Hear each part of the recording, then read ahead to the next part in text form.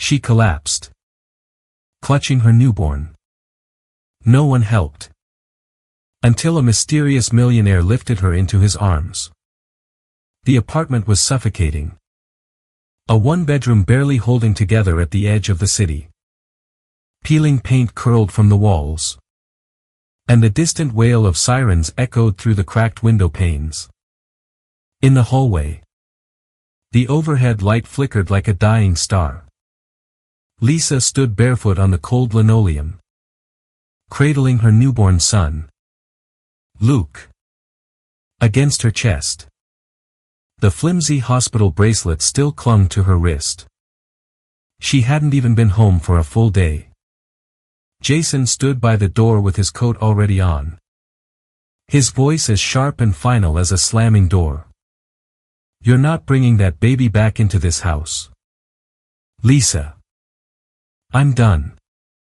Lisa blinked, stunned, her arms tightening instinctively around her son. "Jason. What are you saying? He's your son. You were there when he was born. I told you I wasn't ready for this." Jason snapped, his face a mask of cold resentment. "You think you can just throw your mess into my life and expect me to carry it?" Lisa's voice trembled. "I just gave birth. We don't have anywhere else to go. Please. He's only 3 days old. I'm not responsible for you anymore," he said, yanking the door open. "Figure it out." Then he was gone. The door slammed shut behind him with a finality that made Luke flinch in her arms. By noon, she was outside. She had managed to pack a few diapers, a can of formula, a thin blanket, and a single bottle into an old tote bag. Her phone was nearly dead. Her savings, what little remained, were rolled into $20 bills and tucked inside her sock. She had no plan. No destination, just Luke's small weight against her chest and the growing ache in her feet. She wandered through the sprawling streets of the city, a ghost among the living. She stopped at diners, convenience stores, even a car wash. Her plea becoming a desperate mantra. "I'll do anything," she pleaded, her voice growing hoarse. "Clean. Sort. Sweep. I just need a few hours. I can work with him on me. I won't bother anyone." They all said no. Some were polite, offering a sympathetic but firm refusal. Some weren't. "You should be in a shelter," one woman said, refusing to meet her eyes. A man at a sandwich shop sneered, "Go back to whoever knocked you up." Each rejection was a small chisel, chipping away at her resolve until there was almost nothing left. By evening, Lisa hadn't eaten in 24 hours. Luke began to stir in his wrap, his soft cries growing sharper, more insistent. Her arms shook from exhaustion. Her lips were dry and cracked. The sounds of the city blurred into a meaningless roar, honking horns, idle chatter, the slam of subway grates. Her vision wavered. She found herself crossing a busy street near Midtown. Skyscrapers loomed above, their windows bathed in the golden light of the sinking sun. Crowds bustled in every direction. A river of indifference. A food truck hissed on the corner, sending the savory scent of grilled onions into the air. A cruel reminder of the hunger gnawing at her. She didn't remember her knees giving out. One moment she was walking, the next her legs buckled beneath her. She dropped hard onto the pavement, her body instinctively curling to shield Luke as they hit the ground. Someone stepped around her, annoyed.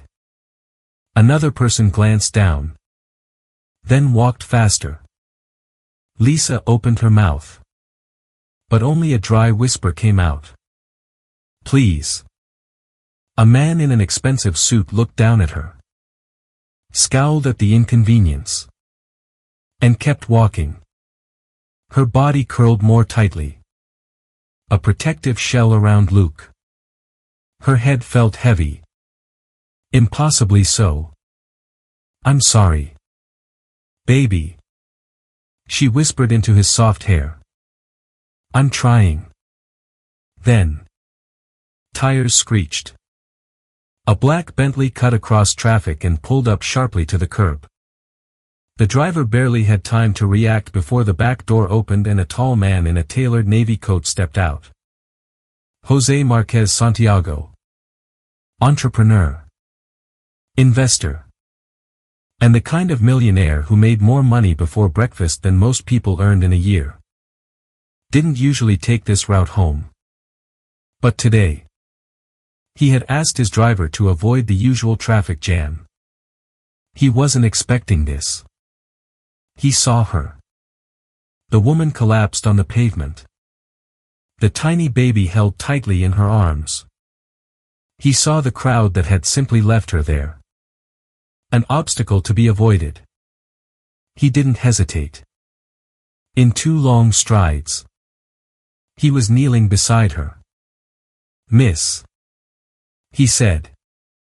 His voice low and controlled. "Can you hear me?" Her eyes fluttered open briefly. Luke whimpered in her arms. José gently reached for the baby first. His movements surprisingly delicate as he checked his face and breath. Then. He carefully slid one arm beneath Lisa's back and the other beneath her knees. He lifted them both as if they weighed nothing. Gasps rose from the onlookers who had now stopped to watch. "Is he taking her? He just picked her up like that." "Wait. That's José Santiago. That's him." He ignored them all. "To the car," he told his driver.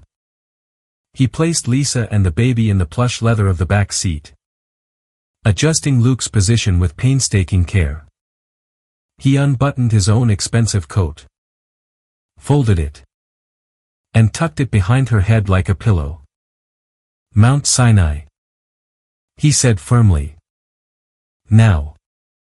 As the car pulled smoothly back into traffic, José looked down at the woman lying unconscious beside her baby. Her body still curled around him. Even in sleep. She had fallen alone. But she would not rise that way. The first thing Lisa felt was softness. Beneath her. Around her. A gentle warmth. Followed by the faint, clean scent of lavender. She opened her eyes slowly, blinking against the soft morning light that filtered through sheer, elegant curtains. Her body tensed. This wasn't the hospital. This wasn't the sidewalk. She was lying in a large, magnificent bed with crisp white sheets. In a room that was too quiet. Too clean. Too expensive. Her heart raced. She sat up. A wave of dizziness washing over her. Her eyes scanned the space-pristine white walls. A high ceiling. A crystal chandelier hanging overhead. Then. Across the room. She saw it, a bassinet. Her breath caught. "Luke." She scrambled out of bed. Her feet sinking into a plush carpet as she rushed across the room. The baby lay there. Bundled in fresh, soft clothes. Sleeping peacefully. A tiny, silent monitor blinked with a steady green light beside him. Her knees buckled in relief. And she sank to the floor. Just then. The door creaked open. Lisa turned sharply, bracing herself for a threat.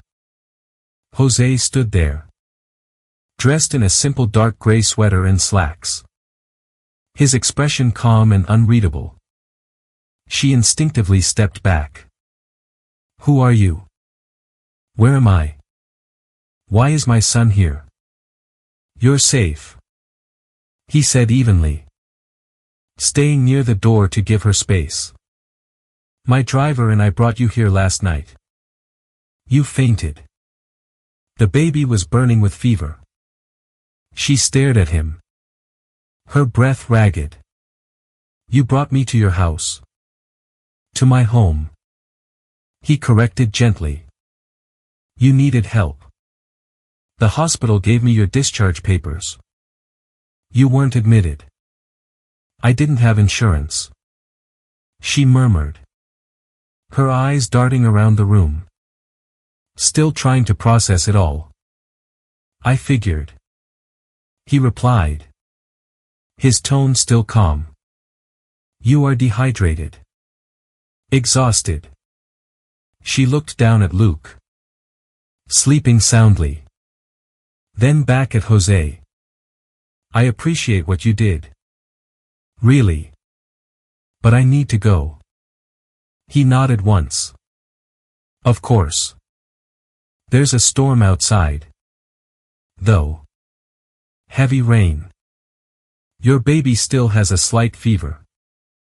As if on cue, a low rumble of thunder echoed through the windows. Lisa glanced outside. Gray skies. Rain streaking down the glass like tears. Her shoulders dropped in defeat. "I'll get out of your way," she said, her voice barely a whisper. "You're not in my way," he said quietly. She hesitated, overwhelmed. "This place. It's yours."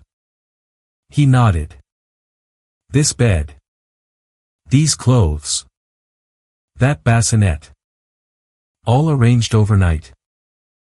Lisa stared at him, a wave of disbelief washing over her. "Why? Why would you go through all that for a stranger?" Jose looked away for a moment, his gaze fixed on something beyond the window. "Because you were lying on the street and no one stopped. That bothered me." Lisa didn't know what to say. He gestured toward a side table. "There's food in the kitchen if you're hungry. Bottled formula and baby medicine are in the drawer. I'll be working most of the day. My staff won't disturb you."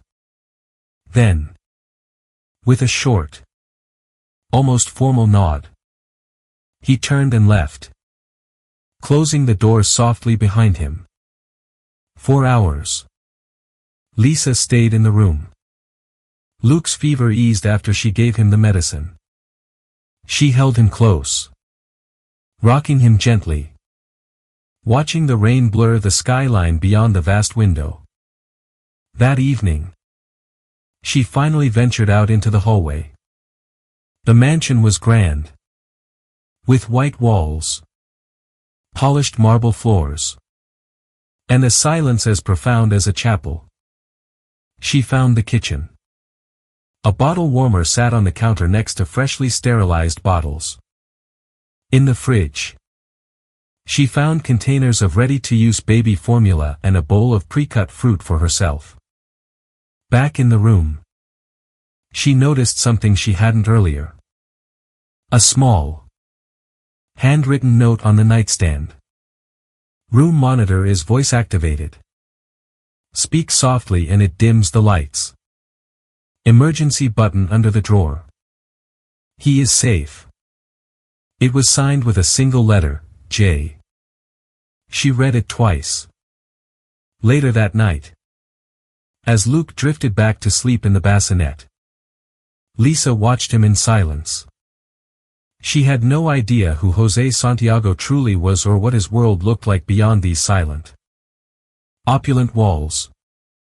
But in this moment, surrounded by quiet care and unexpected protection, she realized something profound.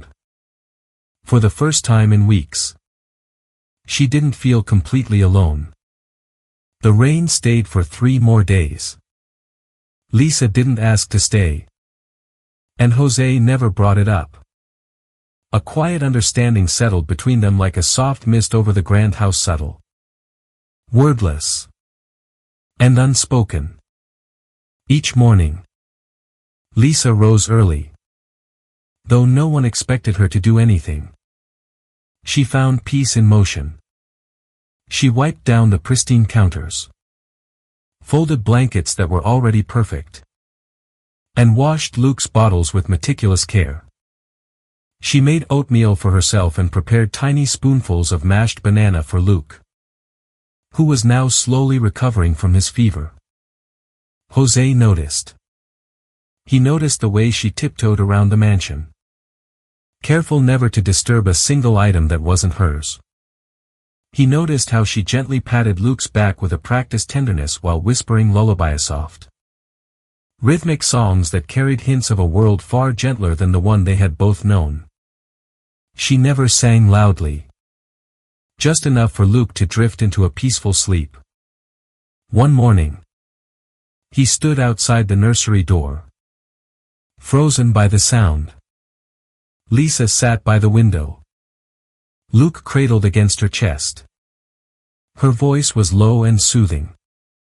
"Hush, my baby. Don't you cry. Mama's here and stars are high." The melody was simple, the words barely audible. But Jose didn't move. He stood there in the hallway for several minutes, the sound wrapping around him like a blanket he didn't know he needed. By the 4th day, he caught himself waiting for her humming each night. And by the 5th, he found himself lingering in places he didn't need to be, passing by the kitchen at just the right time to see her brushing crumbs from the counter, glancing into the sitting room to find Luke cooing while she played peekaboo with the hem of a dish towel. He never interrupted. He didn't know how. Until one morning, just before sunrise, Luke's sharp cry cut through the hall. Jose, already dressed in a crisp suit for an early meeting, found himself walking toward the sound before he could second-guess it. He hesitated at the doorway, then pushed it open quietly. Lisa sat up in bed, her hair tousled, blinking sleep from her eyes. Luke was fussing beside her in the bassinet, his tiny fists flailing, his face red. Jose moved to the crib and reached down with an uncharacteristic caution. "I've got him," he said, his voice low. Let me try." Lisa blinked again. Then a small, amused smile touched her lips as she nodded. Jose lifted Luke with both hands, holding him stiffly, like a package marked fragile. The baby squirmed and wailed louder. "I think he hates me," Jose muttered, a look of genuine panic on his face.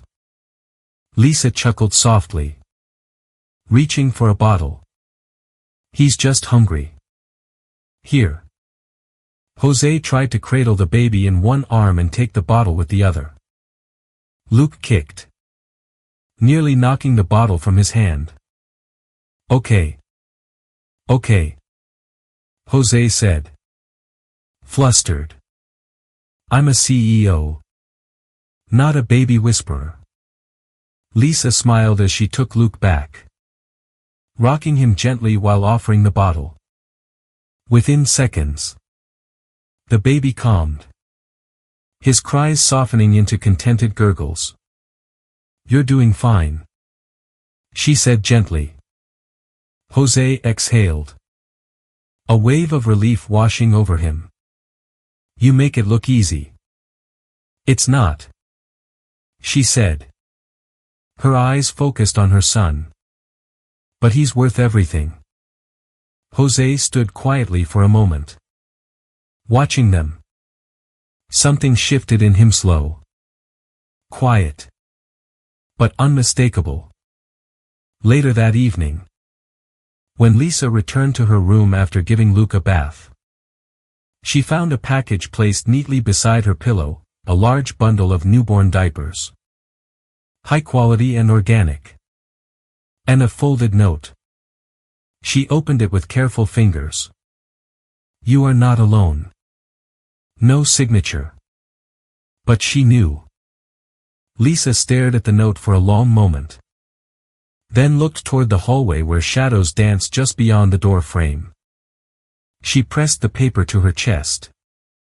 And for the first time since her world had fallen apart, she let herself believe it. The morning sky was a gentle gray. Soft and still. Jose stood by the front door of the mansion, holding Luke's carrier in one hand and watching Lisa as she carefully adjusted the baby's blanket. "Where are we going?" she asked, her voice light with a curiosity she hadn't felt in a long time. "I want to show you something," he replied. "Somewhere important." The drive wasn't long.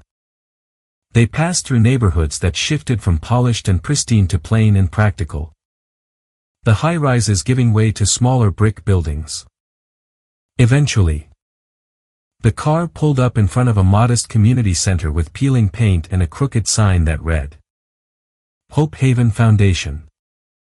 Lisa stepped out slowly, her eyes scanning the busy courtyard where children played tag and volunteers set up folding tables. "This is yours?" she asked, surprised. Jose nodded. "It's one of the few things I fund that makes me feel human." Inside, the space was a whirlwind of movement and life. Older kids sorted donated books into crates. 2 toddlers played with mismatched toys near the window. A volunteer with kind eyes offered Lisa a cup of tea and cooed at Luke. Jose watched as Lisa moved through the space. Not as a guest, but as if she were a part of it. She bent down to help a little girl fix her shoelaces. She gently wiped a boy's runny nose with a tissue from her pocket. Without a hint of flinching, she sat on the floor, bouncing Luke on her knee while telling a spontaneous story to a small group of children with wide, waiting eyes. She belonged.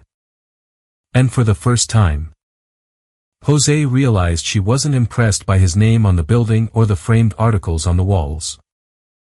She didn't ask about the size of the donations or the reach of his foundation. She asked about the kids.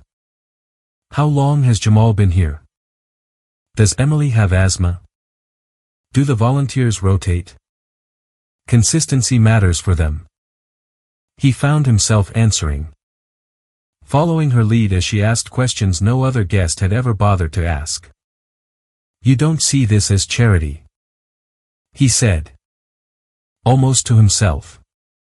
Lisa turned to him, her expression serious. "I see it as community. These kids don't need saviors. They need presence." Jose stared at her for a moment, caught off guard.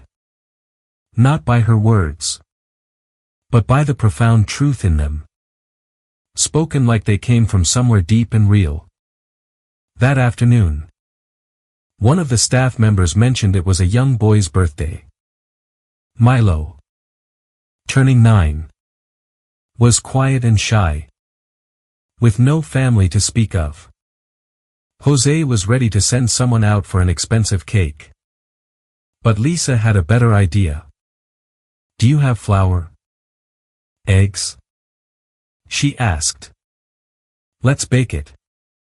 An hour later, the small, cluttered kitchen smelled like vanilla and chocolate.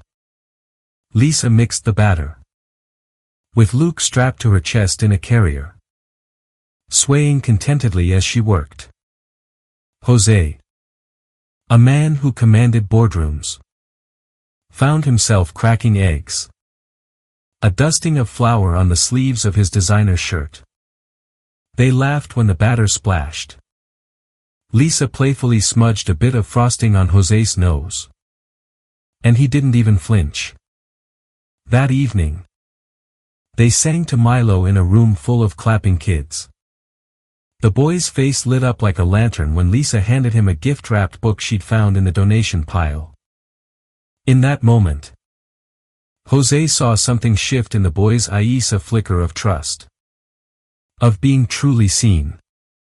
Later, as they packed up, Jose leaned against the wall, watching Lisa clean a smear of icing off Luke's chin. "You're different," he said. She looked up. "Different how? You didn't ask what this place cost. You never once looked at the plaque with my name on it." "I saw it," she said gently. But what mattered more were the fingerprints on the walls and the smiles in the room. Jose didn't reply. But in that moment, something in his guarded heart softened and gave way.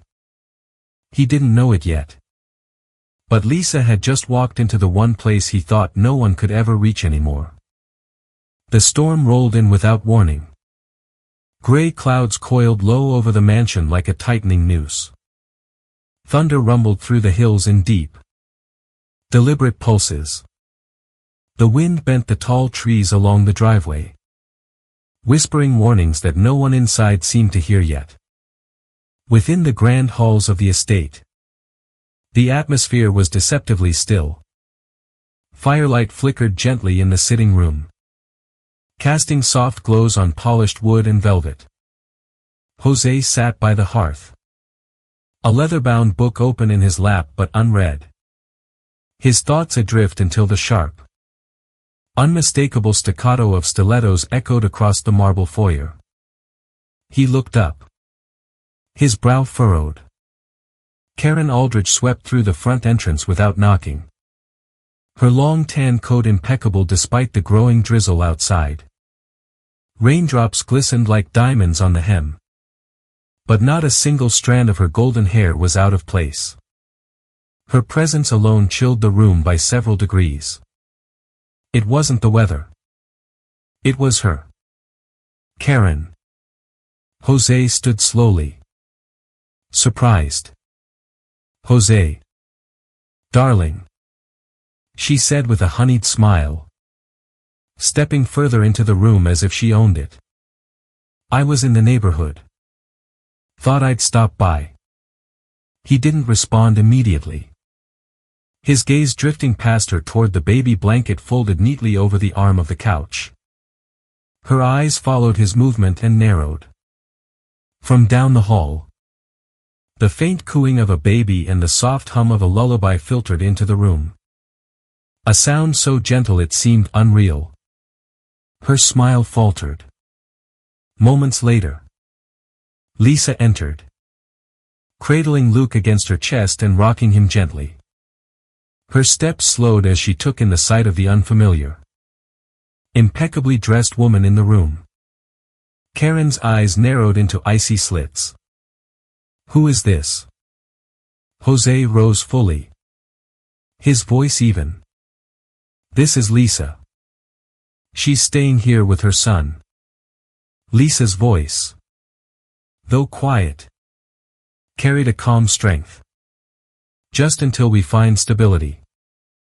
We're not here to impose." Karen tilted her head with mock sweetness. "How generous of you, Jose." She offered a polite nod and turned to step away. But Karen wasn't done. "You let her stay here? With a baby?" she asked, her tone laced with disdain. "Do you even know her past?" Jose didn't flinch. But he didn't answer either. Lisa paused. She didn't defend herself. Not yet. Something in her chest tightened. The hours that followed were tense. Karen lingered, always within earshot. Her words were sugary, her laugh controlled. But her eyes never left Lisa. She watched the way Jose handed Lisa a cup of tea. The way Lisa smiled down at Luke. And she hated it with a quiet, burning intensity. That evening, just as the storm broke in full, it happened. One of the staff came rushing into the study. Her face pale. The display case in the east wing had been opened. A necklace was missing, a one-of-a-kind piece gifted to Jose by a royal client. Kept under lock and constant surveillance. Except the camera outside the room had suddenly gone dark. Karen stood near the empty case. Arms folded. Her lips pursed in an expression of calm satisfaction. "She's the only outsider here," she said, casting a pointed glance at Lisa, who had just entered the room. Lisa froze. "I didn't even know this room existed." "How convenient," Karen murmured. And the camera failing at that exact time, Jose turned to the head of his security team. "Who else entered the East Wing today?" "Only Karen and Miss Lisa." "Sir." But the camera was disabled at 4:07 p.m. Someone did it manually. Lisa stepped forward, her heart pounding in her chest. "Jose. You know I wouldn't steal from you." Jose's face betrayed nothing, but his silence spoke volumes. "I want to believe that," he said at last. "I really do." "But you don't," Lisa whispered, the words catching in her throat. He didn't respond. "I think," he said slowly, deliberately, "it's best if you leave tonight." Lisa stared, stunned. "With my baby? In this storm?" "I'll send the driver," he said, finally avoiding her gaze. "Anywhere you want." She looked at him for a long, breathless moment, her eyes glistening but defiantly dry. Then she nodded once. A gesture of profound, heartbreaking dignity. "No need," she said, her voice steady. "We'll walk." "Lisa," he began, a flicker of regret flashing across his face. But she had already turned. She packed in silence, folding each small item with methodical care. Luke slept soundly, unaware of the world crumbling around him again. Rain pounded against the windows. Lisa kept her chin held high as she walked down the long hallway one last time. No one followed. As she stepped out into the raging storm, the rain soaked her within seconds. Her thin jacket clung to her back, and her shoes splashed through cold, unforgiving puddles. She walked down the long, dark driveway without looking back. Inside, from a second-floor window, Jose watched her go. He did not move. But something deep inside him cracked. He could feel it splintering. Still, he had let her go. The rain had stopped by morning, but it left behind a cold, weighty silence that clung to the walls of the mansion like a thick fog. Sunlight barely filtered through the tall windows, casting long, thin shadows across the floor. The air felt heavier than usual, as if the house itself were holding its breath. Jose hadn't slept. He sat alone in the study, still in yesterday's clothes. A stack of untouched reports was fanned out across the desk before him. He hadn't read a single word. His eyes remained locked on the surveillance system interface, the screen glowing in the dim room. Something about last night wouldn't let him rest. Something in Lisa's eyes when she walked away. The way her voice didn't crack, even as her heart was breaking. He replayed it in his mind, again and again, Karen's sudden reappearance. Her constant predatory watching. The conveniently timed camera failure.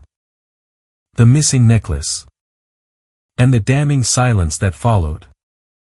And Lisa, standing there holding her child, already carrying the weight of a world that had never made room for her. Jose leaned forward and opened the backup storage directory. Every security system he installed had a hidden redundancy. A failsafe he never told anyone about. Karen, confident as ever, must have assumed that disabling the main hallway camera was enough.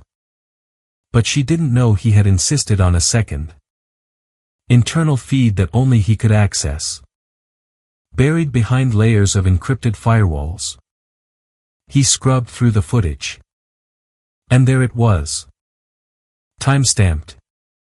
Crystal clear. Karen, slipping into the east wing with a confident stride. A small device glinting in her hand. The hidden camera caught every movement, her approach to the display case. The practiced flick of her wrist as she opened it. The subtle way she slid the brilliant necklace into her handbag. And the satisfied, cruel smirk on her face as she walked out. Jose leaned back in his chair, his breath catching in his throat. Fury, guilt, and a profound, sickening disbelief churned inside him like a storm. Without a moment's hesitation, he stood. 15 minutes later, Karen was lounging in the dining room in a silk robe, sipping coffee from a delicate china cup. The morning light bathed her in gold. But there was nothing warm about her. Jose entered the room, his steps hard and deliberate on the marble floor. He dropped a small flash drive onto the polished table. It spun slightly before settling. Karen looked up. Her expression bored. Until she saw the look on his face. "You planned everything," he said, his voice low and heavy with restrained rage. She blinked slowly. "What are you talking about?" "The necklace. The disabled camera. Lisa." Karen's face remained composed for a heartbeat longer. Then she shrugged, her lips curling into a sneer. "She didn't belong here. You manipulated me," he said, each word deliberate and sharp as a shard of glass. "You made me doubt her. You humiliated a woman who had done nothing but trust me. And you did it because you couldn't stand being replaced. She was using you." Karen snapped. "I was protecting you from your own stupidity." "No," Jose said, his voice rising for the first time. "You were using me. Always." Karen stood up, her eyes hardening into chips of ice. "So now what? You're choosing some broken single mother and her crying brat over someone like me?" "I'm not defending her," Jose said, stepping so close she had to tilt her head back to meet his furious eyes. "I'm choosing her. For the first time." Karen's confidence cracked. "You'll regret this," she hissed. "No," he said coldly. "You will." He turned to the butler standing silently in the doorway. "Show her out. She is never to come back here again." Karen hesitated, then swept past him with an icy, defeated grace. But Jose didn't watch her go. He already knew what he had to do. 10 minutes later, he was behind the wheel of his car, flying down the freeway. The sky above was still gray, as if the storm had left pieces of itself behind. He didn't have a destination. He only had a vision, a woman with tired eyes and a quiet strength. A baby boy who had once fallen asleep in his arms. A chancino. A choice not to let them slip away. He stopped at every corner store. Asked every motel clerk. And peered into every sheltered dining hall. Holding out Lisa's photo and a whispered, desperate hope. He didn't know how many hours passed. But he knew one thing. He would not stop. Not until he found her. The old church on 9th Street stood quiet against the gray sky. Its worn stone walls darkened by the recent storm. The stained glass windows, chipped in the corners and faded by time, still glowed faintly in the late afternoon light, casting soft beams of red, gold, and blue across the cracked wooden floor inside. In the dining hall below, the air was thick with the scent of warm broth and baked bread. A low hum of conversation rose gently over the clatter of metal trays. The volunteers moved swiftly but kindly, offering second helpings with tired smiles and brief words of comfort to the line of people who had nowhere else to go. Lisa sat near the back, tucked into a quiet corner. A paper bowl of vegetable soup rested untouched in front of her. Her hands cradled Luke, who slept soundly in her arms. His small face flushed against the worn edge of a flannel blanket, the only dry covering they had left. Her own coat was still damp, clinging to her skin like regret. Her shoes were muddy, her fingers numb. But her eyes remained focused, steady. She had held herself together for days. Since walking away from the mansion. Since leaving behind the warmth. The softness. The fragile, budding hope. She hadn't allowed herself to cry. She couldn't. Not with Luke depending on her. Not when the world had already taken so much. And then she heard footsteps. Not hurried. Not hesitant. Just steady. Familiar. And anchored. She didn't look up at first. She didn't need to. Her breath caught in her chest. Jose. When she finally raised her eyes. He was standing at the entrance of the hall. Framed by the doorway. Scanning the crowd with a quiet, desperate urgency. His coat was still unbuttoned. His hair was damp. And his face was drawn. Not from the rain. But from the hours, maybe days spent searching. Their eyes met across the room. And everything else fell away. He walked toward her slowly. Each step was measured. As if he were making sure she would not vanish. Conversations around them faded. The noise quieted. People turned. Curious. But Lisa didn't notice. She couldn't hear anything above the frantic sound of her own heartbeat. He stopped in front of her. There were no words. Just a look. Torn.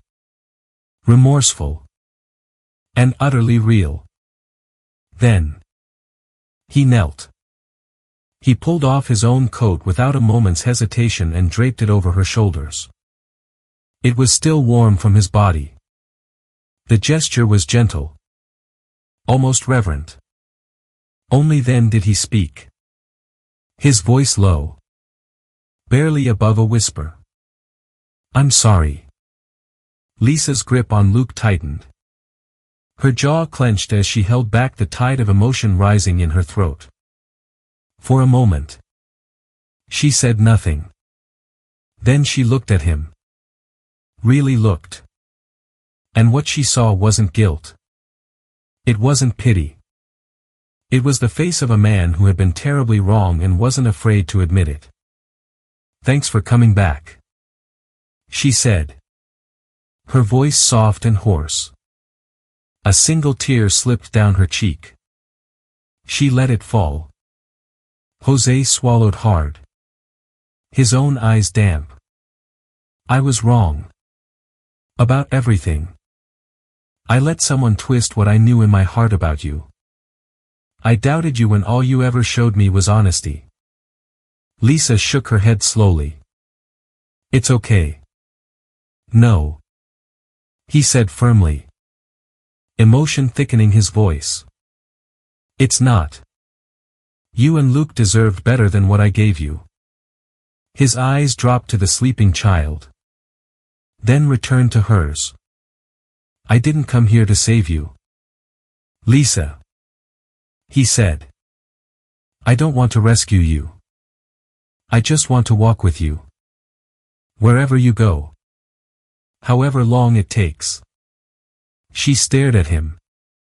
Her heart pounding in her chest. There were no grand promises. No dramatic pleas. Just the truth. Simple. Steady. And real. And somehow. It was more than enough. She reached for his hand. He took it quietly. His fingers lacing with hers. And for the first time since their paths had crossed. They sat together. Not as a mistake and a savior. But as two souls choosing. Despite everything. To move forward. Side by side. The house near the shore was nothing grand. It had white shutters. A wraparound porch. And wildflowers growing freely along the fence. But inside. It was filled with light. Laughter. And something neither Lisa nor Jose had truly known before, peace. A year had passed since that rainy night. Lisa stood in the sunlit kitchen. A smudge of flour on her cheek. Piping delicate swirls of frosting onto a birthday cake she had made from scratch. Luke. Now a happy toddler. Sat at the table nearby. Swinging his legs and humming while arranging tiny paper flowers. Outside the window. Jose was setting up folding chairs in the garden. His sleeves rolled up. Barefoot in the grass. No mansion. No marble floors. Just home. Lisa now worked full-time at New Wings.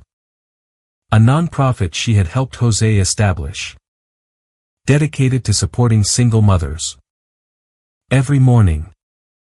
She helped other women who were where she once was lost. Scared. Exhausted to find their footing again. Her eyes. Once shadowed with worry. Now sparkled with a quiet. Determined fire. She had built something of her own. Something lasting. And today was more than special. That morning. In a modest courthouse filled only with their closest friends.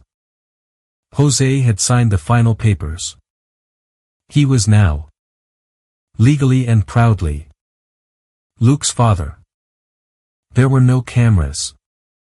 No fuss, just one moment. One signature.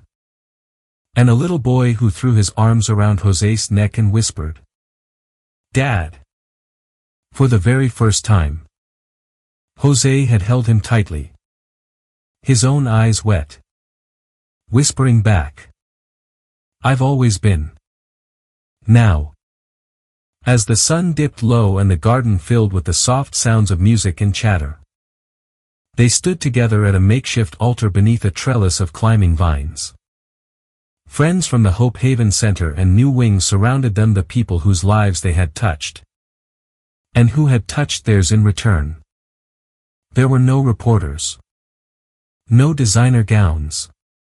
Just real smiles and a gentle breeze that carried the scent of salt. Roses. And hope. Lisa wore a simple ivory dress she had sewn herself. Jose wore linen. Luke. Proudly carrying the rings on a small velvet pillow. Walked down the grassy aisle with exaggerated care. Earning gentle applause and quiet laughter. Their vows were short. Honest. And stripped of all pretense. Thank you for seeing me when I was invisible, Lisa said, her voice thick with happy tears. Thank you for never letting me walk alone again. Jose took her hands in his. Thank you for making me a father. And for showing me that home isn't a place. It's 2 arms and 1 laugh I never want to live without. They exchanged simple silver bands. They were enough. After the ceremony, while guests shared lemonade and soft music played from a speaker tied to a tree, Jose sat on the steps of their porch with Luke in his lap and Lisa beside him. He pulled them both close, pressing a kiss to Luke's hair, then to Lisa's temple. Thank you, he whispered, his voice thick with an emotion so deep it felt sacred. Thank you for making me a family. Today, I have everything.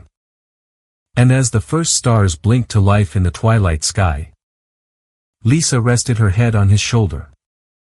She remembered the cold pavement, the strangers who passed by, and the strong, gentle arms that lifted her when no one else would. She had fallen in the street, but he had picked her up forever. And together, they had learned something no fairy tale ever quite says: happiness is not found. It's built, piece by piece, with patience, forgiveness, and love. She had nothing but a child in her arms and a heart full of hope. He had everything except someone to share it with. When their worlds collided, they didn't just find each other. They built something new from the wreckage of their pasts. A family. A home. A new beginning. Because sometimes, love doesn't come dressed in perfection. It comes wrapped in second chances, whispered promises, and the quiet courage to stay.